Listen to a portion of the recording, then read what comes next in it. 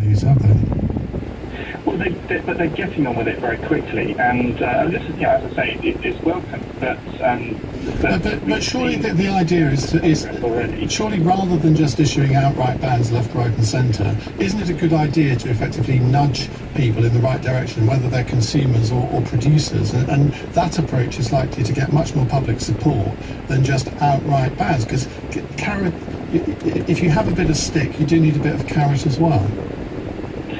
Yeah, that's true, but it's also true that we're in the midst and we're waking up to finding ourselves in the midst of a plastics pollution crisis. It really is, every day a new bit of horrifying news about just how pervasive plastic pollution is and how it's turning up, whether it's in beef, in seafood, in rock salt, in tap water, in the Arctic, at the bottom of the ocean, and so on, and going into the food chain as well. So we have to get rid of it urgently, and actually the public are really quite a long way ahead of government on this. There's massive support for phasing out all the safest and most essential plastics, which is actually, in Friends of the Earth's view, the only way we're going to be able to end plastic pollution. And of course, the most essential and safest plastics are going to be those that we need in medicine, blood pouches, or plastic straws, as I've mentioned, and so on for those purposes. And what happens in other countries? Because, of course, it's all very well Britain doing it, but if it's just Britain, it'll make a difference at the margins, but only at the margins. So the deposit return scheme that was announced last week or so, that's been running in 30, 40 countries for many years. The plastic bag levy that the government is rightly proud of the impact it's had here in England. It was, I say here in England, I'm in London, but it was introduced in Wales years before that, and Scotland and the Republic of Ireland a good decade ago, and in many other countries. In Rwanda, plastic bags are completely banned. I know, I've been there. I'm giving you a list of some examples of where actually other countries are really forging ahead, and in some ways are quite a long way ahead of the UK. Now, there are some areas in which the UK is taking a lead, and that's good, but it's absolutely not the case that the UK is shouldering a disproportionate No, I wasn't suggesting that, but it's in some ways you would expect the European Union to have taken a lead on this. Does this give you any comfort that our environment policy after Brexit is not going to be watered down? In fact, we look as if we're going to have higher standards than many of our European colleagues. Well, the European Union has a plastic strategy that it launched in January, and it's firming up on those plans over the next couple of months. And actually, we've seen quite a bit of a spat, almost I'm not sure how good-natured it is, between Mr. Gove and his opposite numbers in Europe over exactly plastics. So there's some healthy competition happening there, which is great. But there are ways, again, in which the UK is maybe pushing ahead, but in others in which it's way, way behind. Recycling rates, including for plastic, are much higher in much of Europe. And they have policies around producer responsibility. So it's the companies that make and market the packaging that causes us such an environmental headache, but also cost taxpayers so much to foot the bill to have it collected and processed, ideally recycled, but not always. The industry pay about 10% towards that here in the UK, whereas in Europe they pay about 90%. So there are ways in which the system is fairer and better, further ahead in Europe. But of course, there are some ways in which the UK it can lead. And today's announcement, whilst quite partial, only a small number of types of products, it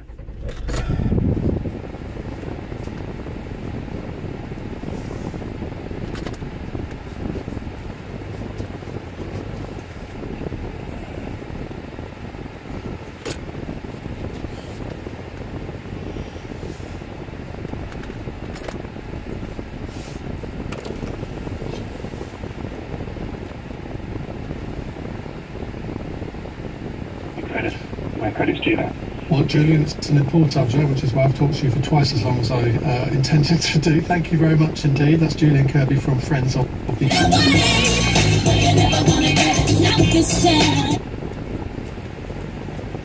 Yeah, it's easy when you know how, isn't it? Sorry, I've done business and so on, and I met a young lady back in the Caribbean. We got together. She was pregnant, but she decided that she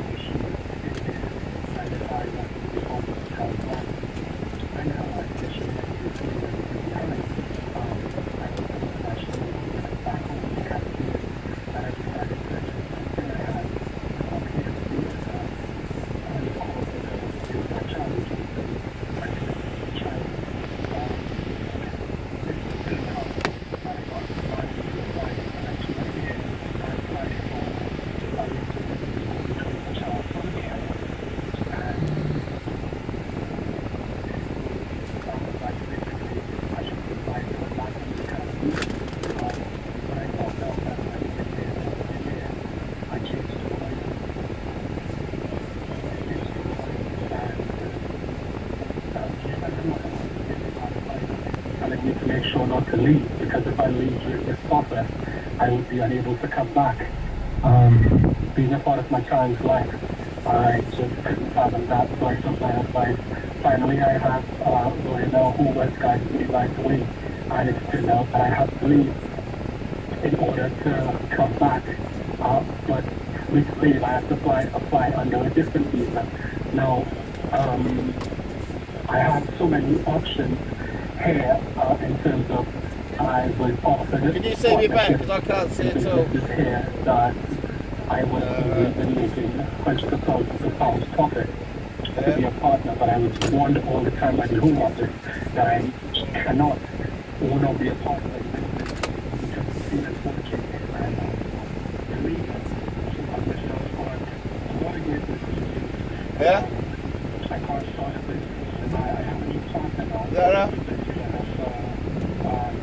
Going on to here, and I'm actually being advised now to go more because the visa that I applied for is too much of a risk. Now the Home Office is not very sensible, and they acknowledge that I have a child and I have a big partner.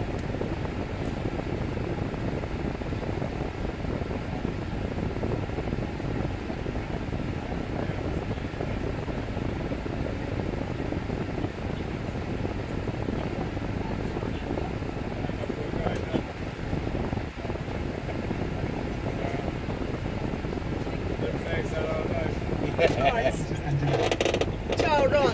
Thank you. See you later, Ronald. I can't believe you tried it again. Careful, cars can come. John, what are you doing? Try to be cocky now that you turned.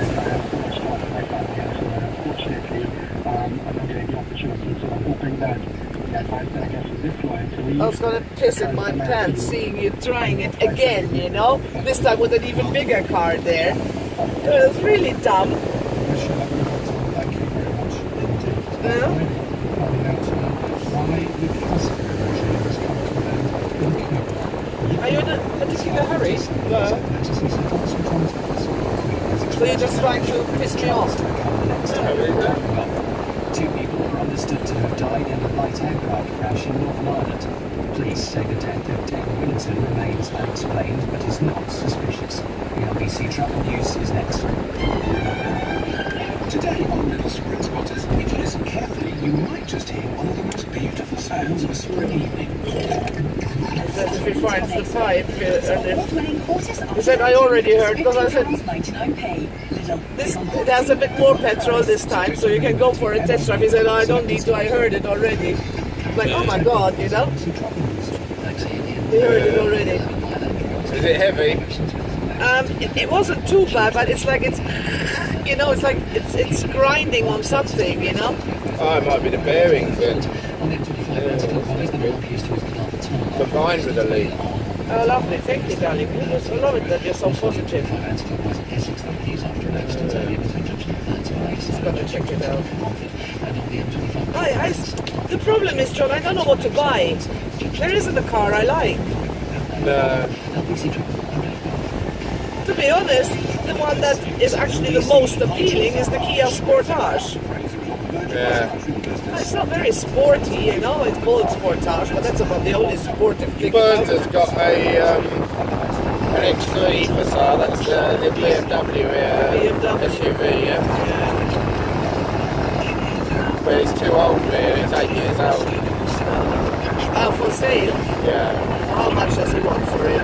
8,000, 10,000, something like that, I can't remember. Yeah. That would be an alternative if mine fucks up. Have a look on my profile. I've shared it, yeah.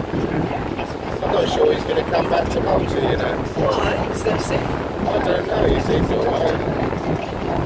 But he's in Germany at the moment and he's selling his car, so that would, and he's trying to sell his car from Germany, so that would suggest that